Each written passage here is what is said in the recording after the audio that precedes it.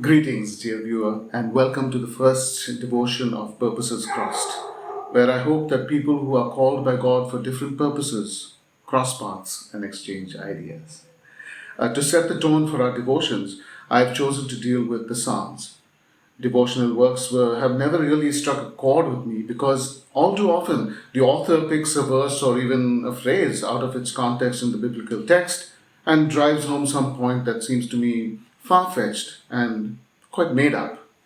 To avoid this, I will be dealing with the Psalms in large chunks, where possible in their entirety. Our journey rightly begins with Psalm 1, which is a Torah psalm. Please pause the video if you want to read the psalm before proceeding with this devotion. So let us proceed with the devotion. Like the Torah, Psalm 1 presents us with two choices.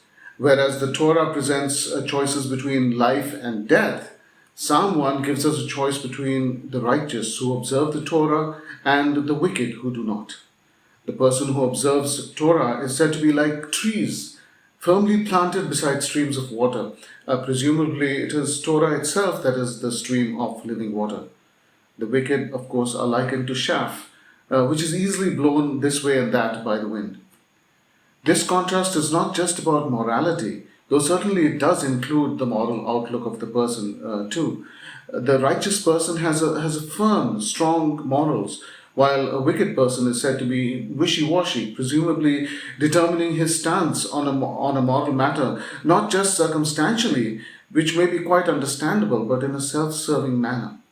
According to the psalm, the wicked person decides his moral actions based on what suits him at the moment, rather than on any real ethical considerations.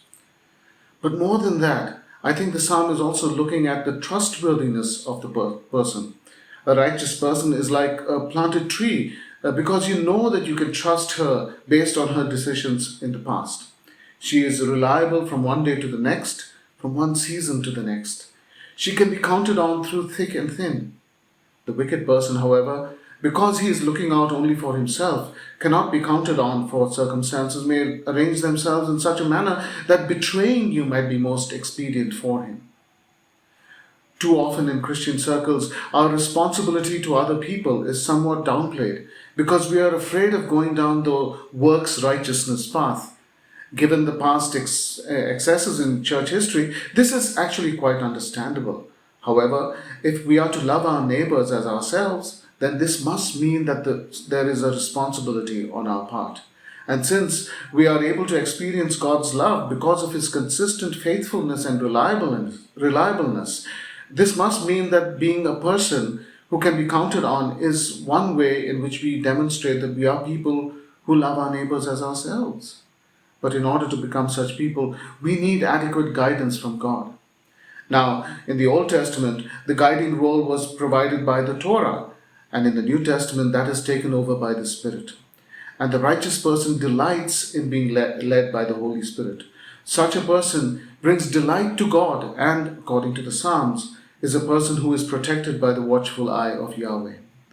So may each one of us strive to be such persons, taking delight in hearing and obeying the guiding voice of God's Spirit today.